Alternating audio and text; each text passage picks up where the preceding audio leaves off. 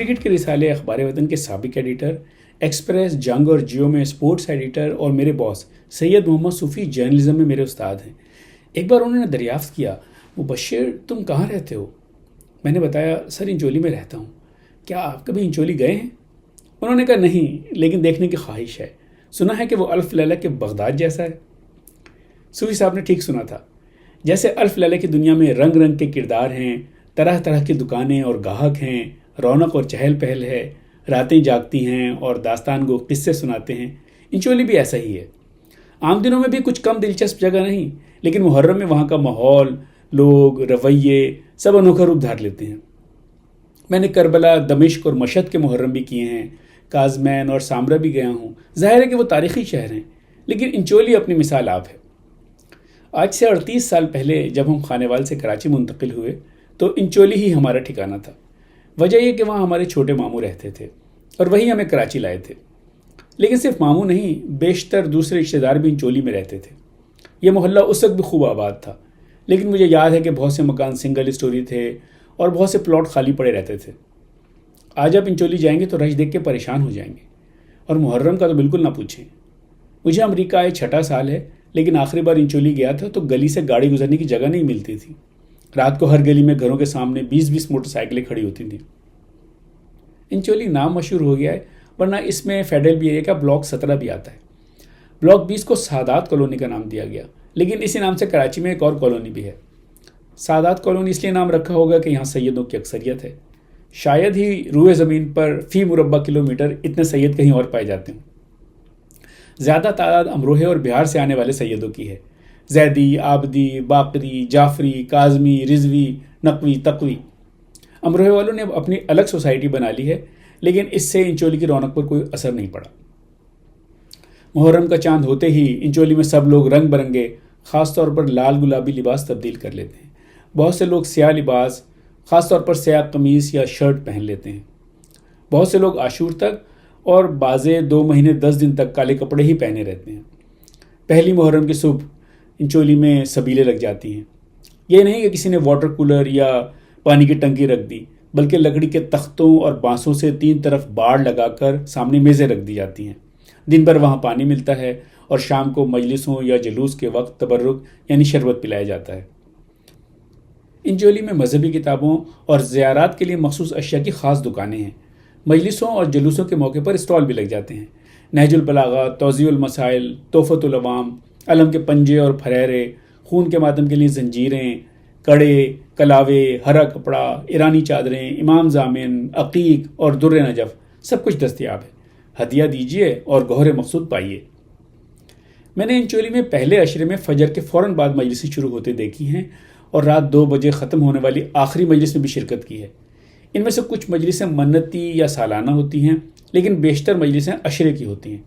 عشرے کی مجلس کا مطلب ہے 10 دن تک ایک ہی وقت میں مجلس ہونا۔ دن میں خواتین کی مجلسیں اور شام کو مردوں کی۔ ظاہر ہے کہ خواتین کی مجلسوں میں مرد نہیں آتے، لیکن مردوں کی مجلسوں میں خواتین کا انتظام کیا جاتا ہے۔ لوگ اپنے پسندیدہ عالم کو سننے کے لیے اہل خانہ کے ساتھ دور دور سے آتے ہیں۔ انچولی میں خواتین کی مجلسوں میں صرف محلے دار نہیں، بلکہ بڑی تعداد میں نیو کراچی کی خواتین بھی آ جاتی تھیں۔ بعض لوگ انہیں کنمیلیاں کہتے تھے۔ مجھے یہ لفظ لغت میں نہیں ملا۔ ان الفاظ سے لگتا ہے کہ شاید کان کا میل صاف کرنے والی کو کہا جاتا ہوگا۔ پتہ نہیں ان عورتوں کا یہ نام کیوں پڑا۔ وہ گروہ کی شکل میں آتی، بچے بغل میں دبائے ہوتے اور مجلسوں پر ہلہ بول دیتی۔ ان کا مقصد مجلس سننا نہیں، بلکہ اس کے اختتام پر تبرک حاصل کرنا ہوتا تھا۔ ایک عورت، ساتھ میں کئی بچے، ہر بچہ تبرک حاصل کرنے کی بلکہ چھیننے کی کوشش کرتا۔ دن میں 10 مجلسیں کر کے وہ لدی پھدی واپس جاتی۔ بعد میں ایسا ہوا کہ لوگوں نے انہیں گھر میں گھسنے سے روکنا شروع کر دیا، کیونکہ جہاں وہ پہنچ جاتی اس کے بعد پھر گھر والوں کے لیے بھی کچھ نہ بچتا۔ ہاں، امام بارگاہوں میں کسی کو نہیں روکا جاتا تھا۔ مجھے اپنے بچپن میں انچولی کے 2 امام بارگاہ معلوم تھے۔ بارگاہ چہاردہ معصومین بلاک 20 کے بالکل مرکز میں ہے۔ یہ امروہے والوں کا امام بارگاہ ہے، جو 120 گز کے 2 پلاٹوں یعنی تقریباً 10 مرلے پر بنایا گیا ہے۔ دوسرے کا نام امام بارگاہ مرتضوی ہے۔ یہ ایک بڑے احاطے میں واقع ہے جہاں مسجد خیر العمل ہے۔ اس احاطے میں اب بارگاہ شہدائے کربلا ہے، امام حسین کے روضے کی شبی ہے، ماتمی انجمن کاروان نجف اور فدائے اہل بیت کے دفاتر ہیں، بلکہ تبلیغ امامیہ کا دفتر بھی تھا جو شاید ابھی بھی ہوگا۔ ایک ISO کی لائبریری بھی تھی۔ لیکن ان سب سے زیادہ اہم وہاں کفن دفن کا انتظام اور مردہ خانہ ہے۔ بابا اور امی کے جنازے وہیں سے اٹھے تھے۔ جن دنوں ٹارگٹ کلنگ کا زور تھا، شہر بھر سے میتیں وہاں آتی تھیں اور جنازے ہوتے تھے۔ وادی حسین قبرستان کا دفتر بھی ادھر ہے اور اس کے منتظم عالم شاہ جی پہلے یہیں قریب میں رہتے تھے۔ شہدائے کربلا انچولی کا نہیں، شاید کراچی کا سب سے بڑا امام بارگاہ ہے۔ میں نے اس کی بنیادیں پڑتی ہوئی دیکھی ہیں اور یہ میرے سامنے تعمیر ہوا ہے، لیکن سن 85 میں یہاں کچھ نہیں تھا۔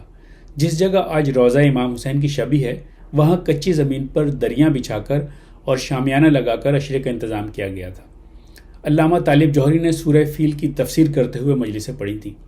میں پی ٹی وی پر فہم القرآن کے پروگرام میں انہیں دیکھ چکا تھا۔ وہ مختصر قامت کے آدمی تھے لیکن مجسم علم۔ میری خوش قسمتی کہ امریکہ آنے سے پہلے ان سے ذاتی تعلق قائم ہوا اور مجھے ان کی خاص محفلوں میں شرکت کا موقع ملا۔ بارگاہ شہدائے کربلا تعمیر ہونے کے بعد وہاں تاریخی عشرے ہوئے اور اب بھی ہوتے ہیں، جن میں دسیوں ہزار افراد شرکت کرتے ہیں۔ اولین عشرے جن میں ہزاروں افراد شریک ہوئے، علامہ عرفان حیدر عابدی نے پڑھے۔ وہ اپنی طرز کے منفرد ذاکر تھے۔ ان کے بعض مخصوص فقرے تھے جو وہ ہر مجلس میں بار بار ادا کرتے تھے۔ یا علی یا علی، مولا سلامت رکھے یا علی مدد کہنے والوں کو۔ نعرہ لگتا تو کہتے آخری آدمی تک ہاتھ اٹھا کے۔ ان کا ایک جملہ تو اتنا مشہور ہوا کہ انچولی میں محاورہ بن گیا۔ وہ انچولی کے بعد اگلی مجلس المحسن ہال میں پڑھتے تھے۔ شہدائے کربلا کی مجلس میں کہتے یہاں بات ادھوری چھوڑ رہا ہوں، باقی المحسن میں۔ انچولی والے اس کے بعد ایک دوسرے سے رخصت ہوتے تو کہتے بھائی باقی المحسن میں۔ باقی انشاءاللہ جتنی مولا نے مدد کی اتنی طاقت اور اتنا وقت میں آپ کی سماعتوں کی نظر کروں گا۔ جو گفتگو یہاں نامکمل رہ جائے گی وہ انشاءاللہ مغرب کے فوراً بعد 8 بجے المحسن میں۔ عرفان حیدر عابدی اپنے مخصوص انداز کے علاوہ ممبر پر مسائل پڑھتے ہوئے بے ہوش ہو جاتے تھے۔ میں نے کئی بار انہیں ممبر پر اس حالت میں دیکھا۔ عرفان عابدی کے بعد شہدائے کربلا میں علامہ طالب جوہری اور آغا نسیم عباس کے مجلسوں میں بہت بڑی تعداد میں لوگ آتے ہوئے دیکھا۔ یہ میں 90 کے عشرے کا ذکر کر رہا ہوں۔ انچولی میں شہر بھر کے لوگ آتے ہیں، اس لیے وہاں اب ہر عشرے کا یہی حال ہوتا ہے۔ 2 ذاکرین اور ایسے تھے جنہوں نے انچولی میں مجلسیں پڑھی تو غیر معمولی تعداد میں لوگ سننے آئے۔ ان میں سے ایک علامہ عبدالحکیم بوترابی تھے۔ ان کا تعلق سندھ سے تھا، لیکن عزیز آباد کے امام بارگاہ بوتراب میں ایک عشرے سے انہیں شہرت ملی تو بوترابی کہلانے لگے۔ وہ عشرہ میں نے بھی بوتراب جا کر سنا تھا۔ عبدالحکیم بوترابی نے کچھ عرصے کے بعد ایک مجلس انچولی میں پڑھی تو امروہہ فٹ بال گراؤنڈ پورا بھر گیا تھا، جو اس زمانے میں بڑی بات تھی۔ یہی صورت بعد میں تاج الدین حیدری کے عشرے میں رہی۔ وہ بہت دلچسپ شخصیت کے آدمی تھے۔ پہلے دیوبندی مکتب فکر سے تعلق تھا، کنورٹ ہو کر شیعہ ہوئے تو سخت تبرعی انداز اختیار کیا۔ ان کے ساتھ 2 شاگرد رہتے جو مجلسوں میں کتابوں کا صندوق اٹھا کے آتے۔ علامہ صاحب جو بھی واقعہ پڑھتے اس کے حوالے کے لیے کتاب ساتھ دکھاتے۔ شاید یہ پنجاب میں عام قاعدہ ہے، لیکن کراچی میں انوکھی بات تھی۔ کم از کم میں نے کسی اور عالم کو ایسا کرتے نہیں دیکھا۔ میں نے انچولی میں 2 شاعروں کو بھی مجلسیں پڑھتے دیکھا ہے جو بڑے ذاکرین جتنا رش لیتے تھے، ایک محسن نقوی اور دوسرے شوکت رضا شوکت۔ جب شیعہ دشمن تنظیم سپہ صحابہ بنی تو اس کا نام انجمن سپہ صحابہ تھا۔ یہ 80s کی بات ہے۔ اس پر محسن نقوی نے ایک نظم کہی جو بہت مشہور ہوئی۔ انہوں نے وہ نظم انچولی میں سنائی تو میں نے کاغذ قلم لے کر اسی وقت لکھ لی تھی۔ 100 سال پہلے اردو میں حجف کا دور تھا جو اب نہیں کہی جاتی، لیکن محسن نقوی کی نظم جدید حجف کی عمدہ مثال ہے۔ کچھ لوگ کہتے ہیں کہ انہیں اسی نظم کی وجہ سے قتل کیا گیا۔ کل سب کو خواب میں ہے میرے دور پر فتن، کل سب کو خواب میں ہے میرے دور پر فتن، دیکھی یزیدیت کے قبیلے کی ایک دلہن، دلہن کے پاس سے وہ ابو جہل کی بہو۔ میں نے کہا یہ کون ہے بدکار بدچلن؟ آئی صدا کہ اس کے مقابل کرو جہاد، کیوں؟ دیکھو یہ ہے سپاہ صحابہ کی انجم۔ میں نے انچولی میں مجلس سے پڑھنے والے بڑے ذاکرین کا ذکر کیا، لیکن ایک نام رہ گیا، یعنی علامہ ضمیر اختر نقوی۔ میں ہمیشہ سے ان کا پرستار رہا ہوں۔ میں نے ان کی وہ مجلسیں بھی کی ہیں جب ان کے سامنے فقط 20-30 آدمی بیٹھے ہوتے تھے اور میں بھی ان میں سے ایک ہوتا تھا۔ وہ قدیم لکھنؤ کا آخری عکس اور زبان و ادب کے آدمی تھے، تاریخ کے عالم تھے۔ ان کے پاس نادر کتابوں کا بہت بڑا ذخیرہ تھا۔ انہوں نے اپنی زندگی میں سینکڑوں نایاب کتابیں یہاں واشنگٹن کی لائبریری آف کانگریس کو دیتی تھیں تاکہ وہ محفوظ ہو جائیں۔ علامہ صاحب دبلے پتلے تھے لیکن گرج دار آواز اور کمال کا انداز خطابت تھا۔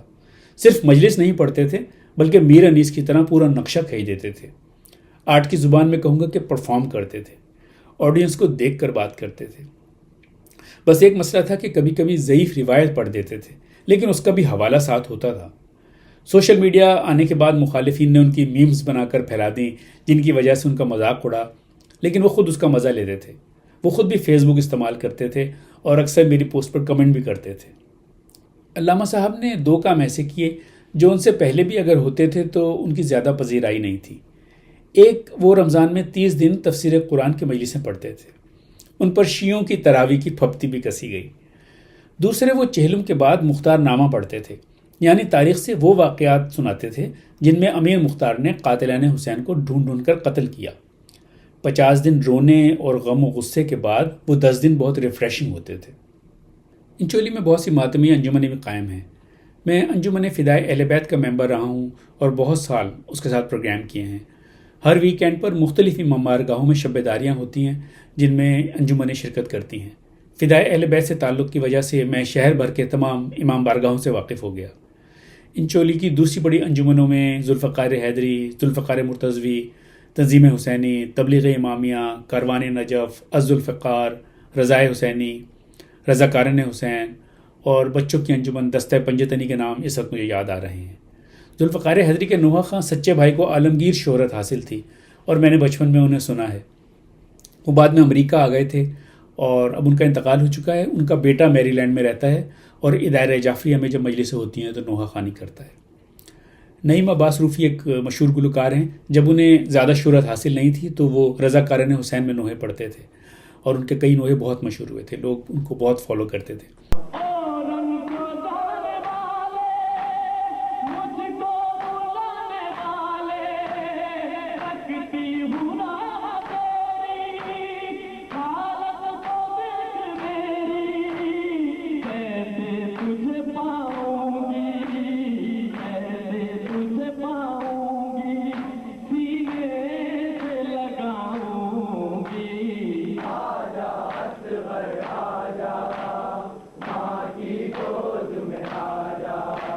میں نے انچولی کے انجمنوں کا ذکر کیا۔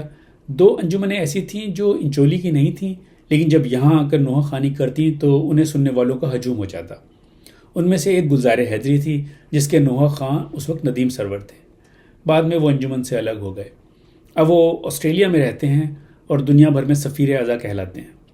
دوسری مقبول انجمن غمخواران عباس تھی جس کے نوحہ خواں علی ضیاء تھے۔ ان کی درد میں ڈوبی ہوئی آواز سننے والوں کو رلا دیتی تھی۔ ضیاء بھائی بھی بعد میں امریکہ آ گئے، اب وہ اٹلانٹا میں رہتے ہیں اور ان کی نوحہ خوانی کا سلسلہ جاری ہے۔ ہر بات اپنے سن سے سوا ہو تو بات ہے، ہر بات اپنے سن سے سوا ہو تو بات ہے، رن پڑے کے حشر بپا ہو تو بات ہے، اے دل بران جا پر تیار، الوداع الوداع الوداع الوداع، بران جا پر تیار۔